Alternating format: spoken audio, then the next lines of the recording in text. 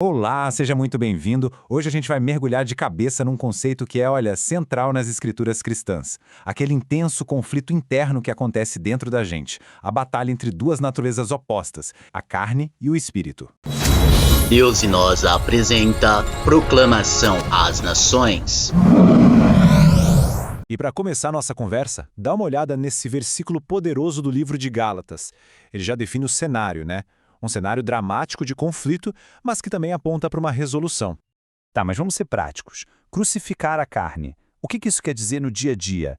É uma metáfora bem forte, né? Para a gente conseguir entender o que ela significa, o primeiro passo é definir o que as escrituras querem dizer com a carne. Então, vamos lá. Afinal, o que é essa tal de carne? A chave para isso está na palavra grega original, sarx. E aqui é importante entender, não se trata só de pele e osso. Quando a Bíblia fala em sarx, ela está se referindo à substância fundamental da nossa existência natural, terrena. Teologicamente, é a nossa natureza humana como ela é, sabe? Separada da influência divina. E essa analogia aqui é brilhante, ajuda a gente a visualizar isso. Pensa assim, a carne é a matéria-prima do nosso corpo, da mesma forma que a madeira é a matéria-prima de uma mesa. É a nossa configuração padrão, entende? A nossa natureza em seu estado bruto. E olha só como essa natureza carnal é descrita. Ela é vista como fundamentalmente desalinhada do divino, ela é separada dessa influência, tem uma inclinação natural para o pecado, se opõe a Deus e olha que forte, está em um estado de inimizade. É aqui que o conflito realmente começa a fazer sentido. E isso, claro, leva a gente a uma pergunta crucial. Se essa é a condição padrão de todo ser humano, se todo mundo nasce nesse estado, será que existe uma outra possibilidade? Existe um outro caminho? A fonte nos mostra que sim, e esse caminho é um conceito chamado novo nascimento. A solução apresentada para essa condição toda é uma transformação radical, tão radical que é descrita como um segundo tipo de nascimento. Aqui a gente vê um contraste bem nítido lado a lado. De um lado, o nascimento natural, nascido da carne, de origem terrena e que gera essa natureza humana que a gente acabou de ver. Do outro lado, o novo nascimento, nascido do Espírito, com origem celestial e que gera uma natureza inteiramente nova, uma natureza espiritual. E esse versículo do Evangelho de João é a chave para entender tudo isso. É quase como uma lei da física espiritual, né? Semelhante só pode produzir semelhante. A natureza humana por si só consegue produzir mais natureza humana. Para ter uma natureza espiritual, a origem tem que ser o próprio Espírito. Então, como é que esse nascimento espiritual acontece? A parte mais importante é que não é algo automático.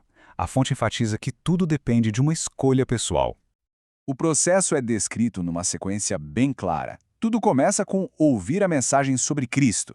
Depois, isso evolui para uma crença interna, no coração, de que ele morreu e ressuscitou.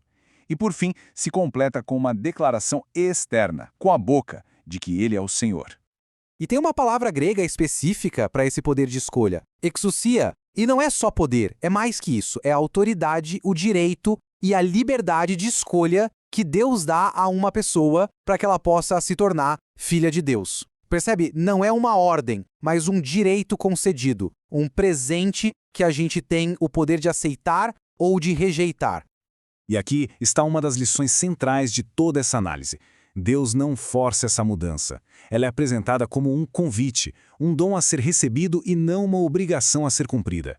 É uma proposta que respeita totalmente a escolha individual.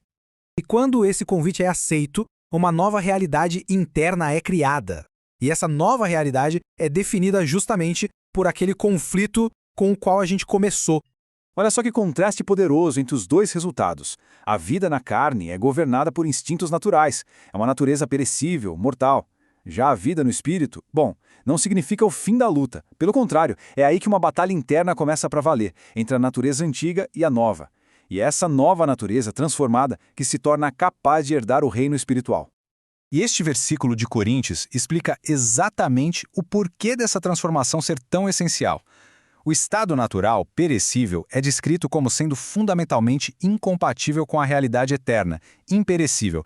É como tentar encaixar uma peça quadrada em um buraco redondo. Simplesmente não funciona. No fim das contas, toda essa análise do material de origem se resume a esse tema central de uma escolha profunda e nos deixa com uma pergunta final para reflexão. Se a nossa natureza pode, de fato, ser transformada, qual das duas realidades vai governar a nossa vida?